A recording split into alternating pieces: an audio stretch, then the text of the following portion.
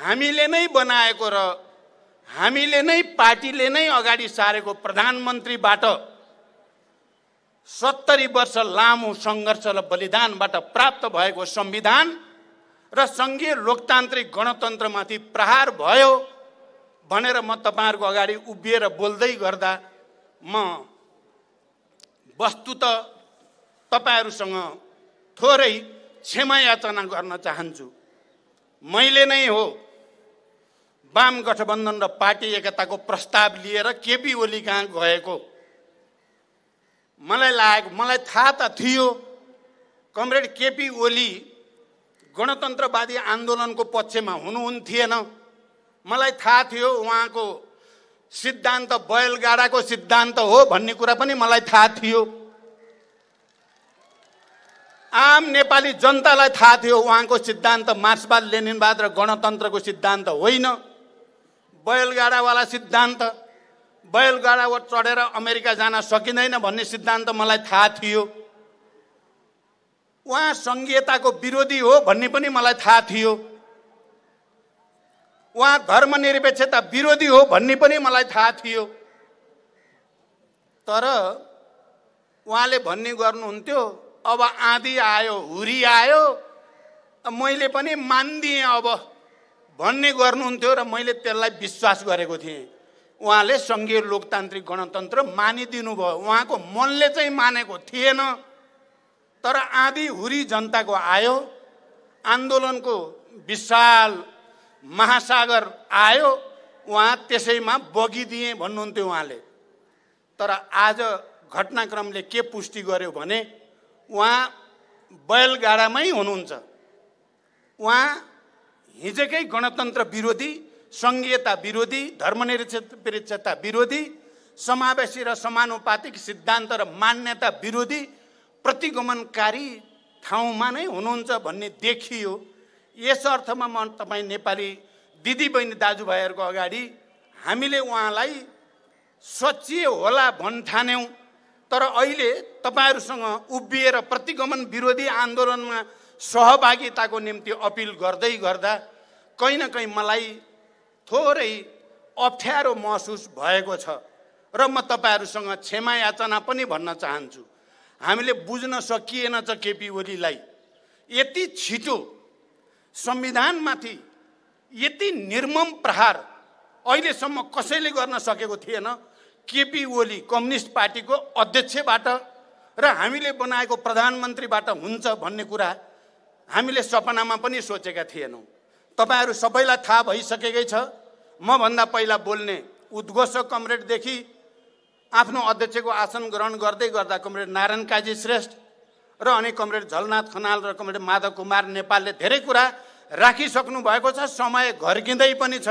म लामो व्याख्या गर्न सम्भव देखिरहेको छैन, तर मैले केही कुरा भन्नै पर्छ। पहिलो कुरा त कमरेड केपी ओलीले कम्युनिस्ट आदर्श मूल्य मान्यता त्यसको विधि विधान, किनकि कम्युनिस्ट पार्टी भनेको विचार र विधिको संयोजनबाट चल्ने पार्टी हो। कमरेड केपी ओली विचारमा पनि स्खलित भइसकेको, मार्क्सवाद लेनिनवाद प्रति, समाजवाद प्रति, कम्युनिस्ट पार्टीको विधान प्रति, विधि पद्धति प्रति सम्पूर्ण रूपले मोहभङ्ग भइसकेको प्रवृत्तिको प्रतिनिधि हुनुहुँदो रहेछ भन्ने देखियो। अर्को उहाँले भन्ने गरेको लोकतन्त्र पनि कति निरङ्कुश खालको रहेछ भन्ने कुरा अहिले प्रतिनिधि सभा जसरी उहाँले विघटनको सिफारिस गर्नुभयो र जसरी त्यसलाई घोषणा गरियो त्यसबाट उहाँ लोकतन्त्रवादी होइन, उहाँ एउटा निरङ्कुश तानाशाह हो जसले यो देशलाई भडखारोमा हाल्न चाहेको छ भन्ने कुरा प्रमाणित भएको छ। कमरेडहरू र मित्रहरू, यो किन भएको छ त पहिले संविधानमा प्रधानमन्त्रीलाई एउटा विशेषाधिकार दिएको हुन्थ्यो। त्यो विशेषाधिकारको प्रयोग गरेर प्रधानमन्त्रीले असहज महसुस गरेमा प्रतिनिधि सभा विघटन गर्न सक्ने प्रावधान थिए पहिलाका संविधानहरूमा।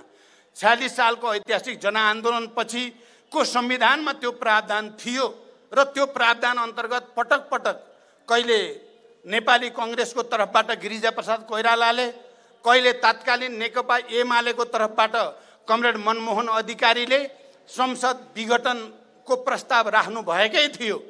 त्यति बेला पनि विवाद र बहस त हुने गरेकै थियो, संविधानमा त्यो व्यवस्था भए पनि। तर अहिले त हामीले विगतको अनुभवको समीक्षा गरेर नै जहिले पनि राजनीतिक अस्थिरता र राजनीतिक चक्रव्यूहमा देश फस्ने भयो। अब संविधान सभाबाट संविधान बन्ने प्रक्रियामा हामीले त्यस्तो अस्थिरताको लागि संविधानमा कुनै पाल राख्न हुँदैन, कुनै ठाउँ राख्न हुँदैन भनेर संविधान सभाका प्रमुख राजनीतिक दलहरू सबै मिलेर त्यस्तो प्रावधान राख्नु हुँदैन भनेर नै संविधान अनुसार सदनभित्रैबाट विकल्प खोज्नु पर्दछ। पहिलो विकल्प, त्यो भएन भने दोस्रो विकल्प सदनभित्रबाटै खोज्नुपर्ने, दोस्रो पनि भएन भने तेस्रो विकल्प, तेस्रो पनि भएन भने चौथो विकल्प सदनभित्रैबाट खोज्ने भन्ने कुरा किटेर संविधानमा लेखियो। र चौथो विकल्प पनि भएन भने मात्रै अनि सदन भङ्ग गर्ने स्थिति आउँछ भनेर संविधानमा भनियो। अहिले केपी ओलीले जो सिफारिस गर्नुभयो यो बिल्कुल संविधानको मर्म, भावना र अक्षरका विरुद्ध छ। त्यसकारण मैले के भन्छु भने अहिले जबरजस्ती भनिएको छ, हुँदै नभएको संविधानमा हुँदै नभएको अधिकार, हुँदै नभएको व्यवस्थालाई प्रयोग गरेर कमरेड केपी ओलीले सदन विघटनको जो प्रस्ताव गर्नुभएको छ त्यो गलत छ। सदन भङ्ग भएको छैन। हामी मान्य सदस्यहरू अहिले पनि जीवित छौँ। मैले भन्ने गरेको छु भङ्ग भएको त केपी ओलीको सरकार हो। संविधान विरोधी काम गरेर केपी ओलीले आफूलाई विघटन गराएका छन्। केपी ओलीले इतिहासमा कलङ्कको टीका लगाएका छन्, त्यो कहिल्यै मेटिने छैन जबसम्म केपी ओलीले पश्चाताप गर्ने छैनन्। लोकतन्त्रमाथि मैले घात गरेँ, आफैले बनाएको संविधानको बलात्कार गरेँ, मैले म अपराधी हुँ भन्ने छैनन् तबसम्म इतिहासले उनलाई माफी दिने छैनन्, नेपाली जनताले उनलाई क्षमा दिने छैनन्। आज काठमाडौँका सडकमा देखिएको जनताको यो उपस्थितिले र देशभरि भएको प्रदर्शनले एउटा कुरा राम्रैसँग प्रमाणित गरेको छ र देशका सबै राजनीतिक दलहरू, नागरिक समाज, हिजोका पूर्व प्रधान न्यायाधीशहरू, नेपालका सबभन्दा सक्षम प्रतिभाशाली भनेर विश्वभरि स्थापित भएका प्रधान न्यायाधीशहरू, वरिष्ठ अधिवक्ताहरू, बुद्धिजीवीहरू, नागरिक समाजका वरिष्ठ प्रतिनिधिहरू, सबै जनसङ्गठनहरू सिँगै देश यो निरङ्कुश कदम हो, यो प्रतिगमनकारी कदम हो, यो असंवैधानिक कदम हो, यो अलोकतान्त्रिक कदम हो, देशभरिको जनताले भनिसकेको छ। म भरोसा गर्न चाहन्छु हाम्रो सम्मानित सर्वोच्च अदालतले सिँगै देशको यो आवाजलाई र संविधानका अक्षर र भावनालाई सर्वोच्च अदालतले सम्मान गर्नेछ। म भरोसा व्यक्त गर्न चाहन्छु। म यो कुरा सोच्न पनि सक्दिनँ कि हाम्रो सम्मानित सर्वोच्च अदालतले संविधानको मर्म र भावना बुझ्दैन भनेर म सोच्न पनि सक्दिनँ। हाम्रो सम्मानित सर्वोच्च अदालतले देशका तमाम बौद्धिक जमात, नागरिक समाज, हिजोका कानुनी क्षेत्रमा काम गर्ने तमाम बुद्धिजीवीहरू, सबै राजनीतिक दलको भावना विपरीत जान्छ भनेर म कल्पना पनि गर्न सक्दिनँ। मलाई लाग्छ तपाईँ हामी सबै यदि कुनै खालको असहज परिस्थिति छ भने म सम्मानित अदालतलाई यो जनताको प्रदर्शन र सभा जो देशभरि भएको छ यो सहजीकरणको निम्ति हो भनेर बुझिदिन, सही फैसला गर्नको लागि जनताले गरेको सहजीकरण यो हाम्रो पार्टीले मात्रै गरेको होइन, यसलाई त्यो रूपमा बुझिदिन म आग्रह गर्न चाहन्छु। र यो आन्दोलनको यो सुरुवात मात्रै हो।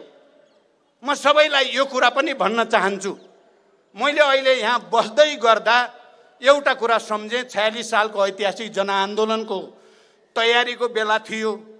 एउटा आमसभामा कमरेड मदन भण्डारी प्रमुख वक्ताको रूपमा बोल्दै हुनुहुन्थ्यो। त्यो सभालाई उहाँले भन्नुभएको थियो, यो त आन्दोलन होइन, यो त आन्दोलनको टेलर मात्रै हो, यो त भत्केउरो आएको मात्रै हो, जन्ती आउनै बाँकी छ, बाजा बज्नै बाँकी छ। मैले पनि आज के सोचेको छु भने, यदि संविधानमाथिको यो निर्मम प्रहारलाई सच्याउने कोसिस गरिएन भने, लोकतन्त्रमाथिको यो प्रहारलाई सच्याउने कोसिस गरिएन भने यो भत्केउरो मात्र साबित हुनेछ। भोलि त आँधी हुरी आउनेछ। नेपाली जनता जागिसकेका जनता हुन्। लामो सङ्घर्ष र बलिदानको इतिहास बोकेर नेपाली जनतामा राजनीतिक जागरणको र चेतनाको नयाँ युग प्रारम्भ गरेको नेपाली जनता हो। छोड्ने छैन नेपाली जनताले। म खबरदारी गर्न चाहन्छु प्रतिगमनका पक्षपातीहरूलाई, तिमीहरूले यदि सोचेका छौ भने जनता भनेका यस्तै हुन्, झुकियासी झुकिहाल्छन्, ठगेसी ठगिहाल्छन् भन्ने ठानेको हो भने त्यो तिमीहरूको ठुलो भुल हो। बरु समयमै गल्ती सच्याउँदा जनताले क्षमा दिन सक्छन् तिमीहरूलाई। त तिमीहरूले सच्याएनौ भने 250 वर्ष पुरानो राजतन्त्रलाई बढारेर फाल्न सक्ने जनताले यस्ता निरङ्कुशता र प्रतिगमनका पुजारीहरूलाई सजिलै बढार्नेछन् भन्ने विश्वास म व्यक्त गर्न चाहन्छु र ती सबैलाई खबरदारी गर्न चाहन्छु यो मञ्चबाट।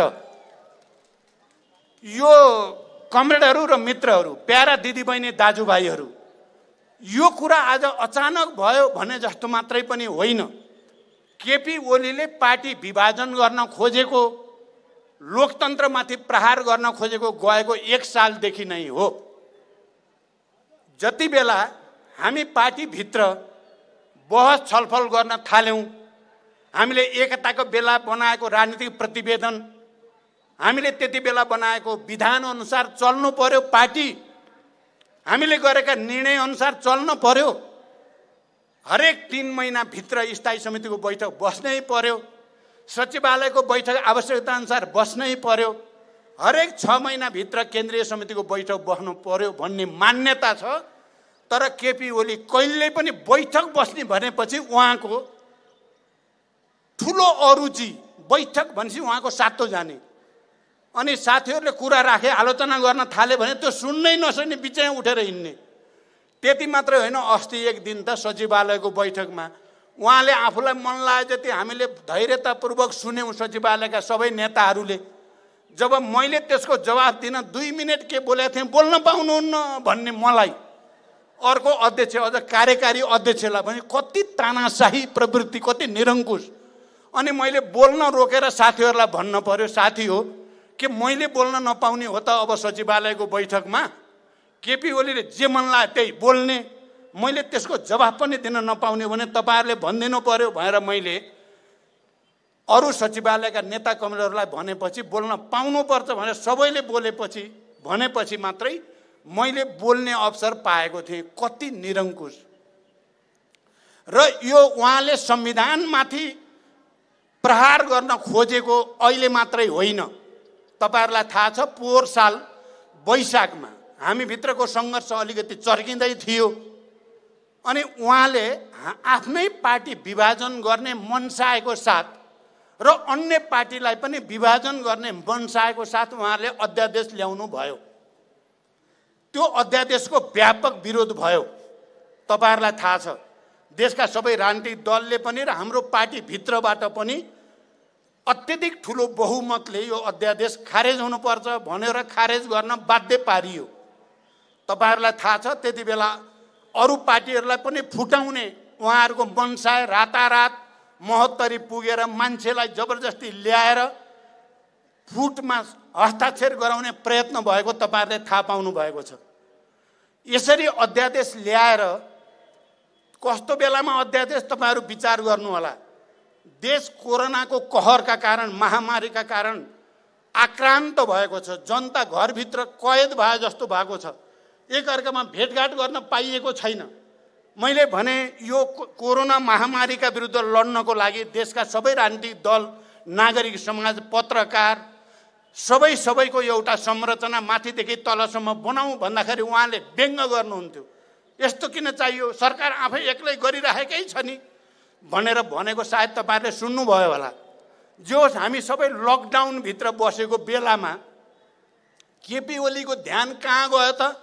पार्टी फुटाउनेमा, जनतालाई राहत दिनेमा होइन, कोरोनाका विरुद्ध लड्नको लागि एउटा अभियान चलाउनेमा होइन, आफ्नै पार्टी फुटाउनको लागि अध्यादेश ल्याउनेतिर।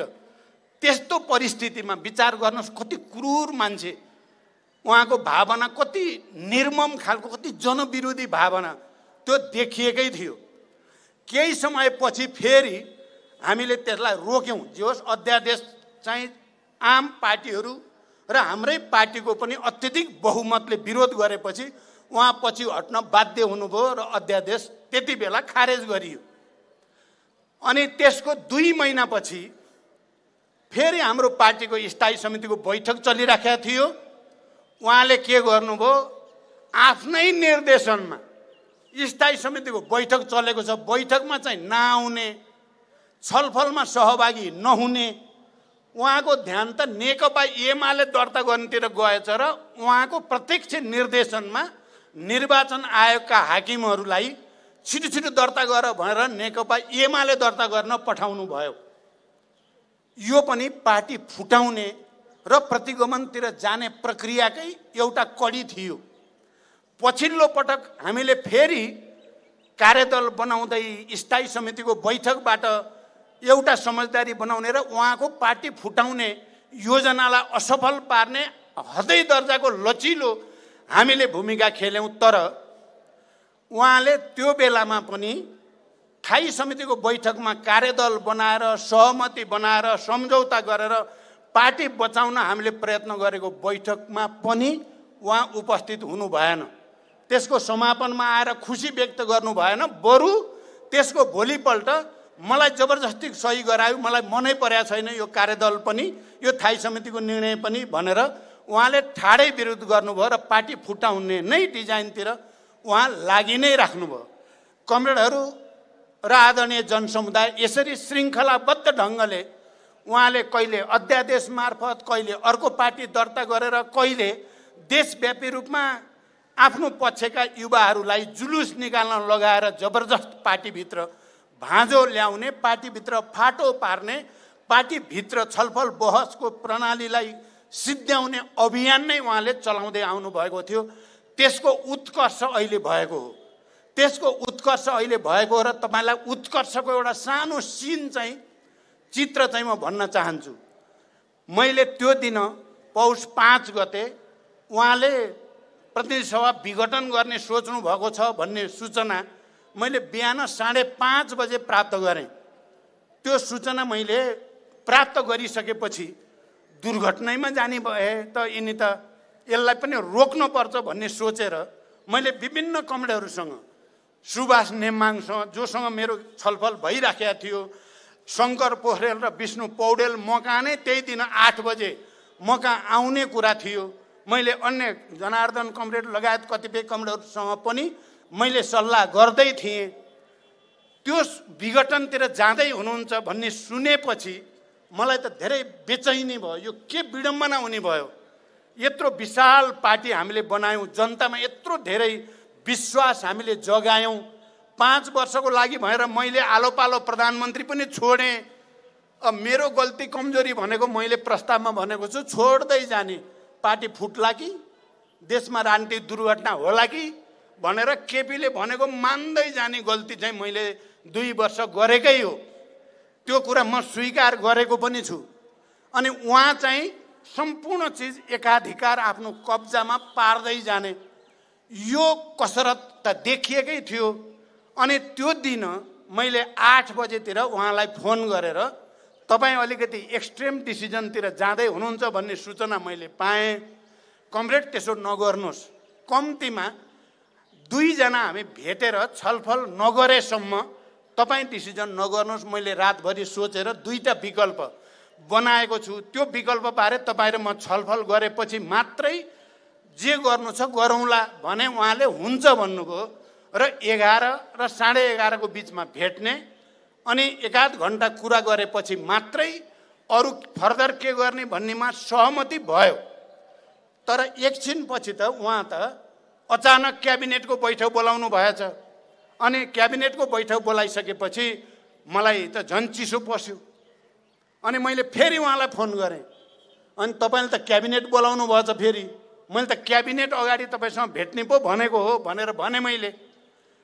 त्यसो भएपछि म तुरुन्तै आउँछु तपाईँ कहाँ, क्याबिनेट भन्दा अगाडि तपाईँ र म कमसेकम 15-20 मिनट भए पनि कुरा गर्न पर्छ भनेर म गाडी लिएर निक्लिहालेँ।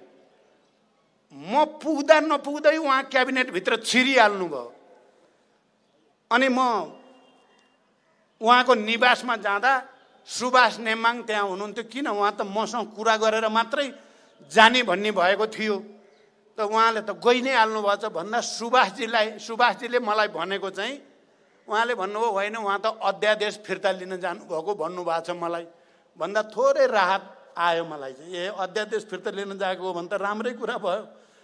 तर 5 मिनट के बसेका थिएँ क्याबिनेटबाटै सूचना आयो मलाई कि प्रतिनिधि सभा भङ्ग गर्ने प्रस्ताव भइसक्यो भनेर सूचना आएपछि म चाहिँ निकै नै स्तब्ध जस्तो भएँ। त्यहाँ यति ठुलो ढाँट छल जाल झेल गर्नुपर्छ त पार्टीभित्र,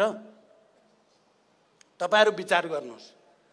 यसरी नियोजित रूपमा उहाँले यो संघीय लोकतान्त्रिक गणतन्त्रका विरुद्ध, लोकतन्त्रका विरुद्ध, हाम्रो संविधानका विरुद्ध अभियान चलाएको र एउटा ग्रान्ड डिजाइन अन्तर्गत, एउटा नियोजित षड्यन्त्र अन्तर्गत जनताका विरुद्ध यो प्रहार भएको हो भन्ने यसबाट प्रमाणित भएको छ। र मैले त्यसकारण भनेको छु कि अब यसलाई रोक्ने मुख्य ताकत कुन हो त? हामीले यो संघीय लोकतान्त्रिक गणतन्त्रको संविधान बनाउँदा संविधानको प्रस्तावनामा नै लेखेका छौं हामी सार्वभौम नेपाली जनता आफ्नो प्रतिनिधि मार्फत संविधान सभाबाट संघीय लोकतान्त्रिक गणतन्त्रको यो संविधान घोषणा गरेका छौं भनेको छ। अर्थात् हाम्रो यो संविधानले पहिलो चोटि नेपाली जनतालाई सम्पूर्ण रूपले सार्वभौम भनेको छ। यो भन्दा अगाडि त राजा महाराजा समेत जोडेर हुन्थ्यो।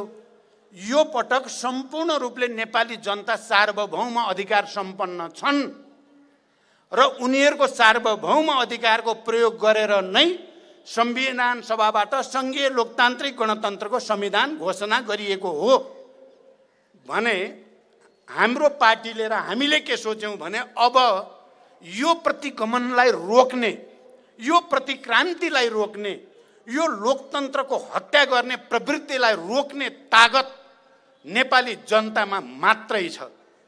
प्रतिक्रियावादीहरू जताकतैका उनीहरू चाहिँ कम्युनिस्ट पार्टी विभाजन हुँदा खुसी भएका छन्, उनीहरुमा खुशियाली छाएको छ।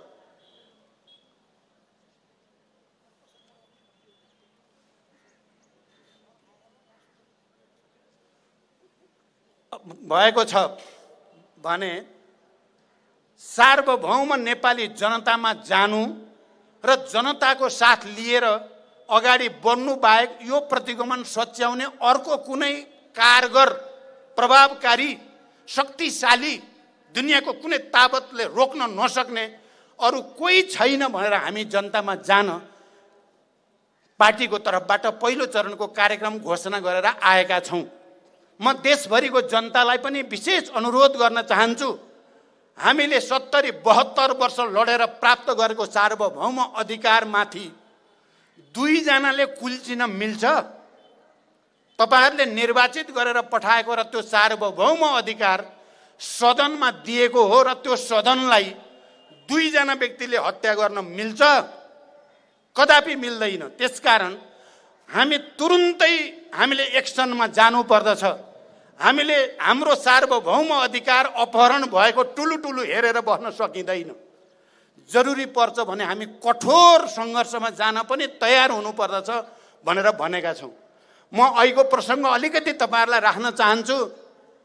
अनि संसद त एकाएक भङ्ग भयो। अर्को अध्यक्षले एकचोटि कुरा गरेर विकल्पमा सोचौँ भन्दा त्यो अवसर पनि नदिएकोबाट के बुझिन्छ भने केपी केही समय पहिलेदेखि नियोजित रूपमा षड्यन्त्रमूलक ढङ्गले प्रतिक्रान्तितिर जाने तयारीमा थिए। अनि म चाहिँ उहाँ केपीजी आइसकेपछि तपाईँले त सिध्याइहाल्नु भएछ नि भने मैले, अब मिलेर चुनावमा जाने भन्नुभयो। के को चुनाव? तपाईँले गरेर चुनाव हुने हो? तपाईँ संविधानको हत्या गर्ने अनि चुनावको कुरा गर्ने भने मैले होइन, अझै पनि सम्भावना छ भन्दै के भन्नुभयो भने म राष्ट्रपति कहाँ जान्छु भन्नुभयो। होइन, अलिकति चाहिँ केही कुरा गर्नु न, के छ उपाय भन्दाखेरि म राष्ट्रपतिलाई अहिले भर्खरै स्वीकृति नगर भन्न जान्छु भने क्या। त्यो लास्ट आवर्स अनि ढाँड छल बाहेक केही पनि नभएको बुझ्नु होला है। यो गहिरो छ कुरा हेर्दा सानो सानो जस्तो, तर गहिरो छ। म पार्टी अध्यक्ष, उहाँ समेतले कार्यकारी भनिएको अध्यक्ष,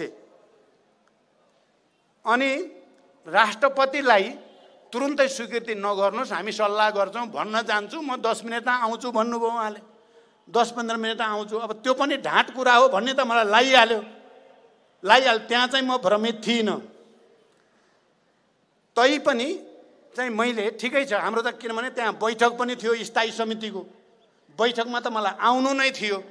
त्यसो भए खाना खाएर म 12 बजे आउँछु भनेर म हिँडेँ र त्यहाँ आउँदा नआउँदा त एकैछिनपछि राष्ट्रपतिबाट पनि लालमोहर लगाइसकेको सूचना आइ नै हाल्यो। उहाँ गएको मलाई त यो स्वीकृति नगरिहाल्न भन्छु नि त म राष्ट्रपतिलाई भन्नुभयो। उता गएर भन्नु के भएछ भने छिटो गर यहाँ फेरि चाहिँ मलाई दबाब आउनु थाल्यो भनेको बुझियो। यसबाट उहाँको मनस्थिति कति प्रतिक्रान्तिकारी दिशामा गएको, सङ्घीय लोकतान्त्रिक गणतन्त्रका विरुद्ध प्रहार गर्न कति हतारो उहाँलाई भएको भन्ने यसबाट प्रमाणित भएको छ। त्यसकारण कमरेडहरू र मित्रहरू, यो हाम्रो लागि मैले बुझ्दा जीवन मरणको सङ्घर्ष हो।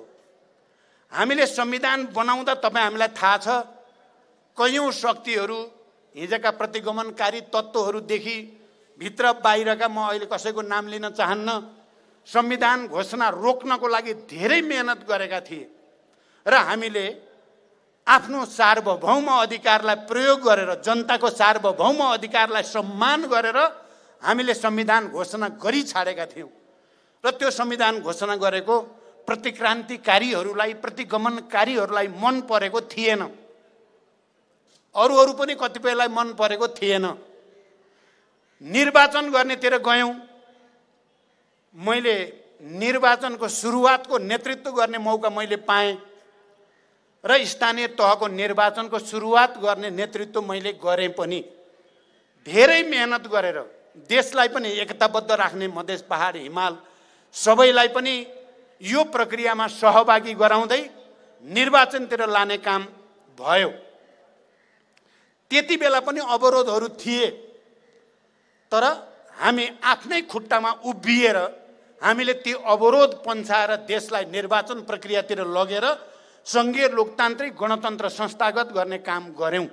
त्यो प्रक्रियाको सुरुवात गऱ्यौँ। तर आज आफ्नै पार्टीको प्रधानमन्त्रीले यति निर्ममताका साथ प्रतिक्रान्तिकारीको गोटी भएको हेर्नुपर्ने अवस्था जो सिर्जना भएको छ, त्यसकारण हामी भर्खरै केन्द्रीय समितिको बैठक बसेर पनि हामीले निर्णय गऱ्यौँ कि यो लाइफ एन्ड डेथ नेपाली जनताको लागि, नेपाल राष्ट्रको भाग्य भविष्यको निम्ति एकचोटि फेरि जरुरी पर्यो भने निर्मम सङ्घर्ष गर्न तयार हुनुपर्दछ भनेर हामीले निर्णय गऱ्यौँ र आज हामी यहाँ छौँ। भोलि नै हामी अर्को चरणको कार्यक्रमको तयारी गर्दैछौँ। योभन्दा अलिक कडा म सबैलाई भन्न चाहन्छु। तपाईहरुले सोध्नु भएको छ प्रधानमन्त्रीले या अरूहरूले भने तपाईहरु भ्रममा नबस्नु होला। म केपी जस्तो ढाँडछल गर्न जान्ने मान्छे पनि होइन, हामी कोही पनि त्यस्ता छैनौं। सीधा कुरा हो। हामी अन्तिम समयसम्म लड्छौं। तपाईहरुले कति गर्न सक्ने हो तयारी गरे हुन्छ। हामी छोड्नेवाला चाहिँ छैनौं। हामी छोड्नेवाला छैनौं। तपाईहरुले के गर्न सक्ने हो गरे हुन्छ। मैले भनेको छु एक अर्थमा मैले नकारात्मक अर्थमा केपीलाई धन्यवाद पनि भनेको छु। केपीलाई दुई ठाउँमा मैले धन्यवाद भनेको छु। यहाँ पहिला अलिकति अन्तरसङ्घर्ष चल्न थालेपछि केपीजी मसँग मैले आलोचना गरेँ भनेर बेसरी रिसाउनु भयो। रिसाएर तपाईँहरूले सुनिसक्नु भएको छ, कुर्सी मेरो र केपीको अगाडि हुन्थ्यो, अरू 7 जना सचिवालयका सदस्यको त पछाडि यता अर्कोपट्टि हुन्थ्यो कुर्सी। उहाँ रिसले चुर भएर एक दिन त मेरो कुर्सी हटाएर लएर उता राखिदिनु भएछ 7 जनातिर। मेरो त कुर्सी नै छैन। माधवजीले मलाई भन्ने गर्नुहुन्छ, म भए त त्यो कुर्सी उचालेर लएर केपीको आडमा लएर उता सर भन्थे भन्नुभयो। के माधवजीले अहिले नि भन्नुहुन्छ, अहिले मौका परे भयो अहिले भनिसक्नुहुन्थ्यो। ठिकै हो माधवजीको कुरा। म माधवजीको भावना र स्पिरिटलाई बुझ्छु राम्रोसँग, म सम्मान पनि गर्छु। अनि मैले चाहिँ के भने, म त खुसुक्क गएर बसेँ यतापट्टि पछाडि र मैले केपीलाई धन्यवाद भने। म तपाईँतिर बस्न बाध्य भएको थिएँ, बडो उकुस मुकुस भएको थियो तपाईँसँग बस्न। मलाई 7 जनाको मोर्चामा लगेर पठाइदिनु भयो, धन्यवाद। म 7 जनातिर भएँ आजदेखि। हुन पनि त्यस्तै भयो, हामी यता भयौँ, उहाँ उता हुनुभयो। उहाँ प्रतिगमनकारी हुनुभयो, हामी फेरि एकचोटि क्रान्तिकारी भयौँ। त्यसकारण उहाँलाई धन्यवाद। अहिले पनि मैले धन्यवाद भनेको छु। एक अर्थमा कतिपय साथीहरूले प्रचण्ड जस्तो मान्छे, माधव नेपाल, झलनाथ खनाल, नारायण काजी, अरू नेताहरू, अमृत बोहरा, ठुला ठुला सबै चाहिँ सडकमा पलेटी कसेर बसेको देख्दा टिस लागेछ क्या साथीहरूलाई। अरे के दिन देख्न पर्यो। 3 जना पूर्व प्रधानमन्त्रीहरू चाहिँ सडकमा गएर पलेटी कसेर बसेको छ जाडोमा। बिरामी होलान् कि भन्ने पिर पनि भएछ। र जुलुस लिएर नारा लाउँदै हिँडेको दृश्य देख्दा चाहिँ बडो कस्तो कस्तो टिच लागे जस्तो, माया लागे जस्तो पनि, अलिअलि बैराग लागे जस्तो पनि खबर मलाई आयो। मैले के भने होइन, जसरी केपीले मेरो कुर्सी झिकिदिएर मलाई 7 जना सचिवालयका सदस्यको मोर्चा बनाउन सहयोग गर्नुभयो, अहिले केपीजीले सदन भङ्ग गरेर मलाई जनताको मित्र, फेरि जनताको छोरो बनाउन पठाइदिनु भयो। त्यसकारण धन्यवाद। कता कता सत्तातिर जाँदाखेरि नेताहरू बिग्रे कि सबै उस्तै उस्तै पो हुन् कि हात्ती र हात्ती छाप चप्पल भन्या जस्तो पो हो कि भन्ने परेको थियो। अब गएर भुइँमा, चिसो भुइँमा बसिदिएपछि त जनतालाई पनि भयो, मलाई त गर्व भयो। अब म फेरि जनताको छोरोको रूपमा जनतासँगै चाहिँ हिँड्ने, जनतासँगै बस्ने र जनतासँगै अगाडि बढ्ने मौका दिनुभयो केपीजीले। त्यस अर्थमा चाहिँ मैले उहाँलाई धन्यवाद भनेको छु। र कमरेडहरू र मित्रहरू, प्यारा दिदीबहिनी दाजुभाइहरू, यो आन्दोलन, यो प्रतिगमन नसच्चिँदासम्म, यो प्रतिनिधि सभा विघटनको प्रतिक्रान्तिकारी कदम नसच्चिँदासम्म रोकिने छैन। मलाई विश्वास छ। अहिले म यस अर्थमा खुसी छु। मैले फेरि भन्ने गरेको छु, लडाइँ त हामीले जितिसक्यौँ। हिजो जनयुद्धको बेलामा या जनआन्दोलनको बेलामा मैले हिसाब गर्थेँ, पहिला विचार, राजनीति, जनभावना अनुसार योजना बन्यो कि बनेन र हामी जनतासँग जोडियौँ कि जोडिएनौँ भन्ने कुरालाई बडो गहिरो गरी विचार गर्थेँ मैले र योजना बनाउँथेँ। जनतासँग जोडिने योजना बनिसकेपछि लडाइँ लड्नुभन्दा अगाडि नै हामीले जित्यो भन्थेँ मैले। हामीले जित्छौँ। अहिले पनि मैले भनेको छु, हामीले लडाइँ जिति नै सक्यौँ। कमरेडहरू र मित्रहरू, हामीले जित्यौँ। किन जित्यौँ त? हामी जनताको साथमा भयौँ, केपी प्रतिगमनकारीको साथमा भयो। उनले लडाइँ हारे, हामीले लडाइँ जित्यौँ।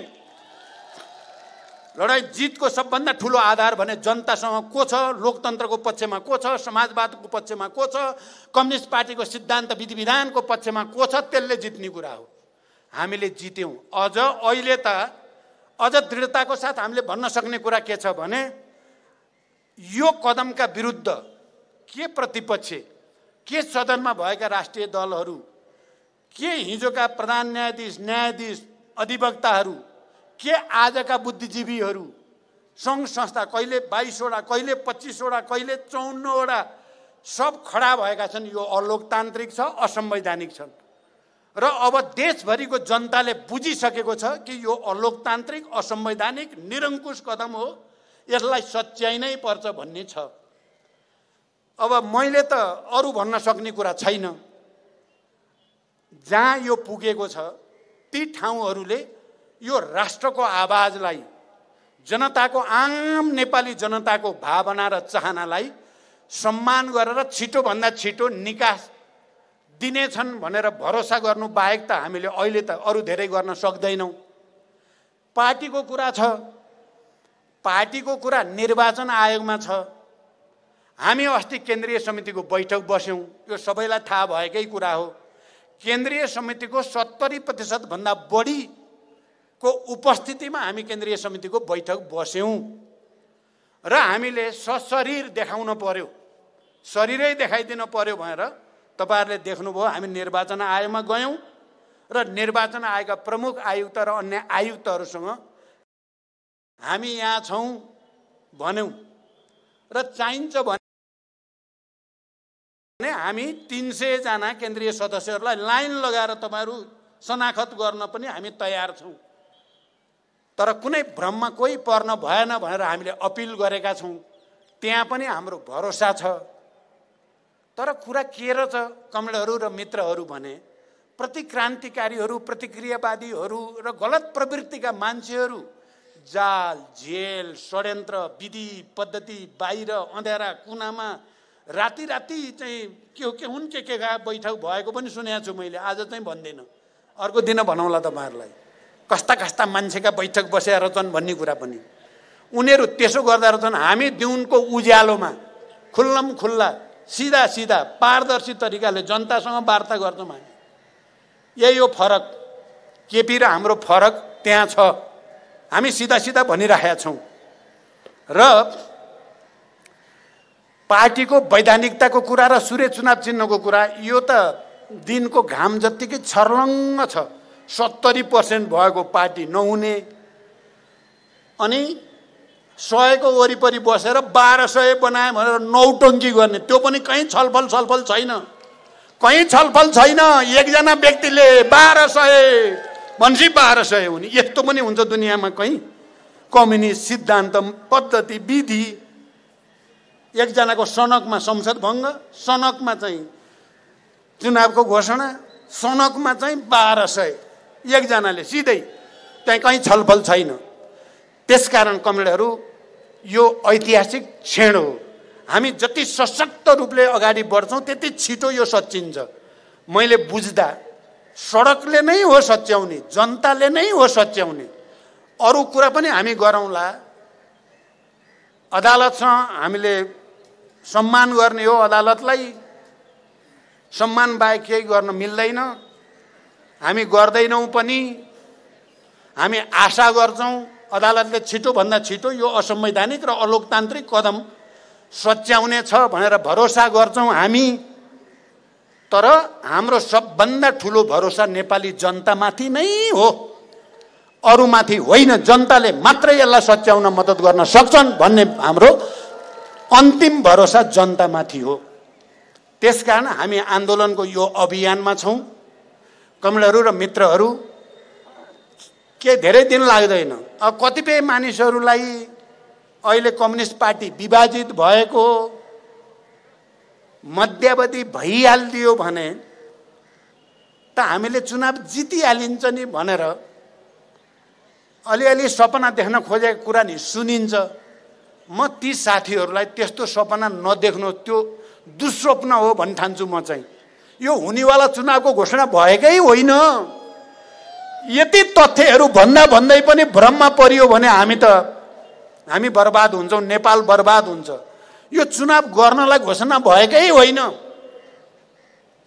स्वयं केपी ओलीलाई भरोसा छैन। अस्ति भएका कुरा मैले थाहा पाइसकेको छु।